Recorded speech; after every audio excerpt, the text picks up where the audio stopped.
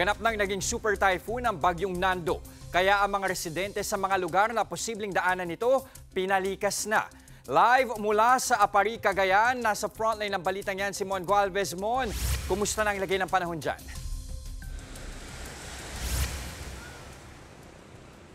Jester, nagsisimula ng maramdaman yung hagupit nitong super typhoon Nando dito sa bahagi nga ng Apari sa Cagayan.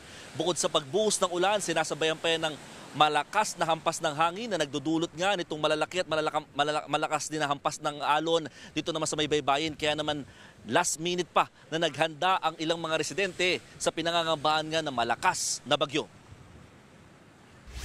Naabutan ng News 5 na itinatali ng pamilya ni Tatay Zaldi ang bubong ng kanilang bahay sa bayan ng Apari, Cagayan. Ilang metro lang kasi ang layo nito mula sa dagat. Yung nakaraan na bagyo, sir, kasi tinangay yung bagyong Marce. Kaya nanigurado lang, sir, baka maulit na naman yan. Halos lahat ng mga bahay sa Apari, kung hindi napapalibutan ng mahabang lubid, pinatungan naman nila ang bubungan ng mga sakong puno ng buhangin para pampabigat. Isa kasi ang bayan sa posibleng daanan at labis na maapektuhan ng super typhoon Nando habang papalapit sa bansa. Kaya naman lahat ng mga bangka inangat na rin para hindi tangay ng alon. Sinasabi na mangyari surge, meron bang tsunami, kasi this is a super typhoon, we do not know. Yung si Mother Nature kung anong gagawin sa atin, what will happen. It's better to be prepared. Ayon sa Pag-asa, posibleng umabot ng mahigit 3 metro ang taas ng alon at storm surge o daluyong na mararanasan sa mga baybayin. Kaya nagpatupad na ng preemptive evacuation o maagang paglikas ng mga residente. Pero posibleng magpatupad ng forced evacuation sa lugar, oras na maagang maramdaman ang epekto ng super typhoon Nando. Pangamba kasi ng lokal na pamahalaan, mahihirapan silang mag-rescue lalo't posibleng gabi hanggang madaling araw, mas mararamdaman daw ang lakas ng bagyo. Karamihan po, matigas ang ulo.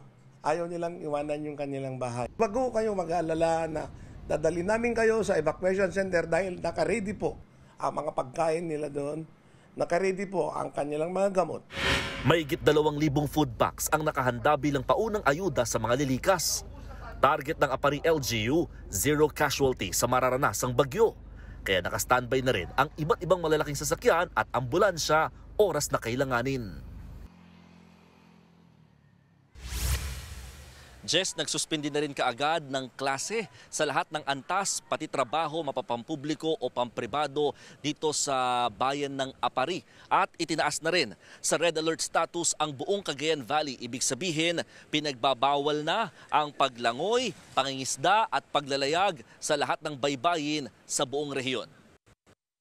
Balik sa Jess.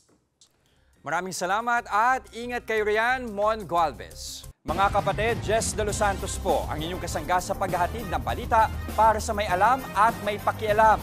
Para sa tuloy-tuloy na makabuluhang balitaan, mag-follow at mag-subscribe na sa social media pages ng News 5.